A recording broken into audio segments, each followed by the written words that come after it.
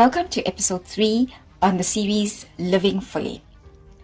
Before I take you with me up the mountain, I need to first tell you why I was actually there. That year was very heavy for me. The kind of heavy you don't always explain to people. The kind that sits quietly inside your chest and follows you everywhere you go.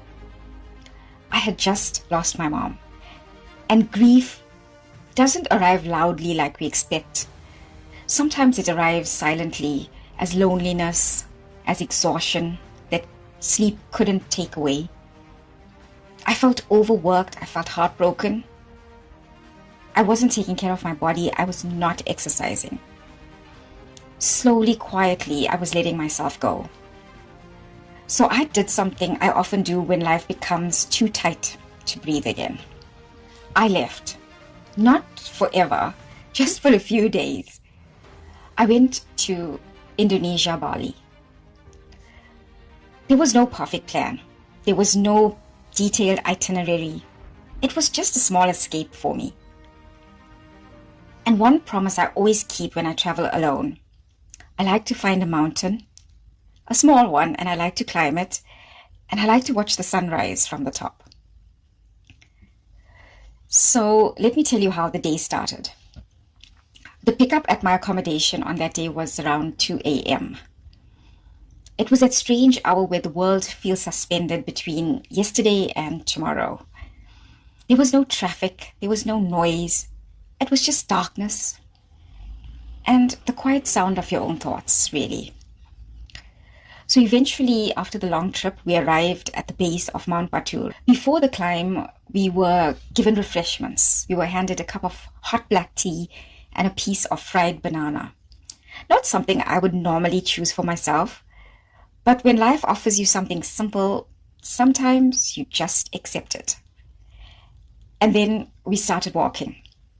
Headlamps on, cold air, loose gravel under the feet.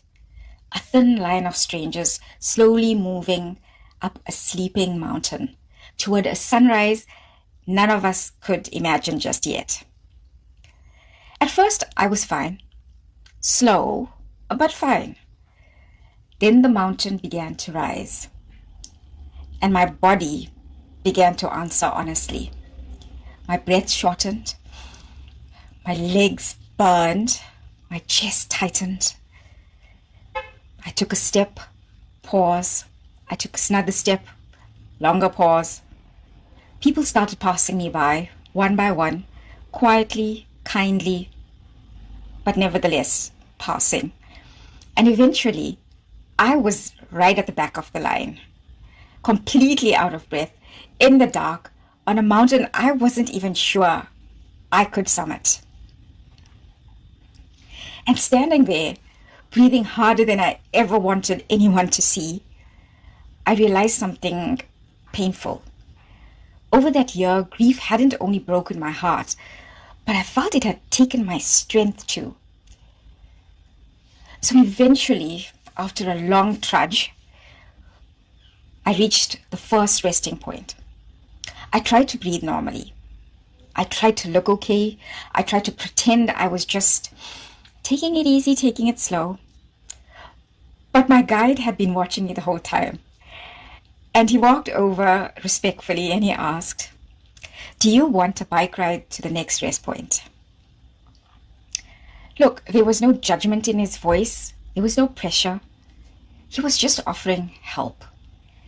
And in that moment, I had a choice. I could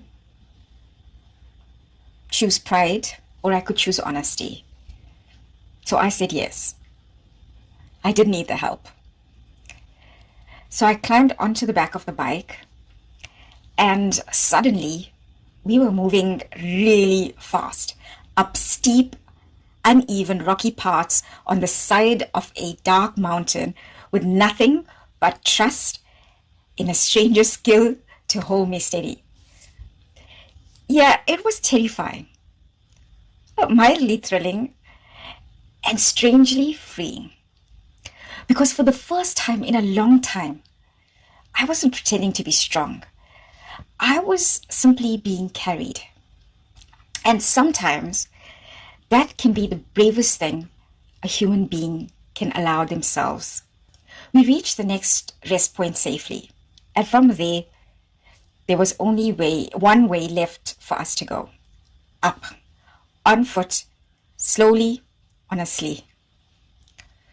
The final climb, I have to tell you, was steep. It was rocky. There was a lot of silence except for breathing, mine of course, and well, everyone else's. Strangers began to encourage each other, small smiles, quiet kindness, shared struggle in that dark. And step by step, breath by breath, I eventually reached the top. I was exhausted. I was trembling, completely breathless. But I was there. And then we waited. Cold air, soft silence, gentle laughter from fellow hikers. The whole world holding its breath until slowly, very slowly, light began to touch the edge of the sky. Gold, then orange, then warmth spilling gently across the valleys below. Green farms stretching for miles, mist floating between the mountains. Morning arriving like pure mercy. And standing there after struggle, after the year's grief, after needing help, I felt something I hadn't felt in a while. I felt peace. So was it worth it? Yes, absolutely yes.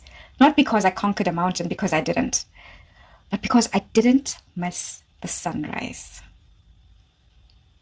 So on a hike down, another traveler had asked me, "How did you make it to the top in time for the sunrise? You were so far behind."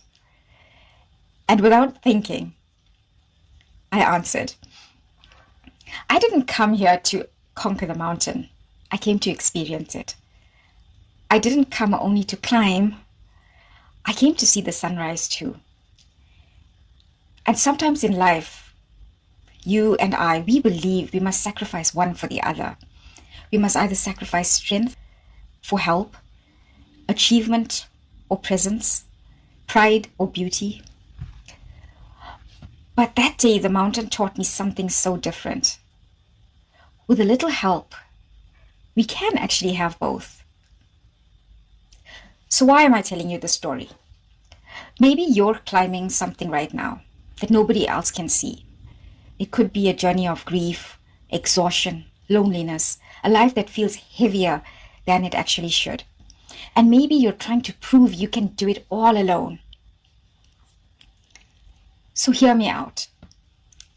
You don't have to miss the sunrise just to prove you climbed the mountain by yourself. Take the help, accept kindness, let people walk beside you. We were never meant to do this life alone.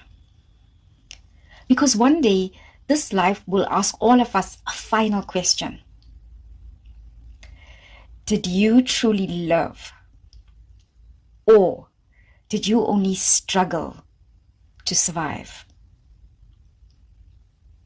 And with that, I will see you in episode 4.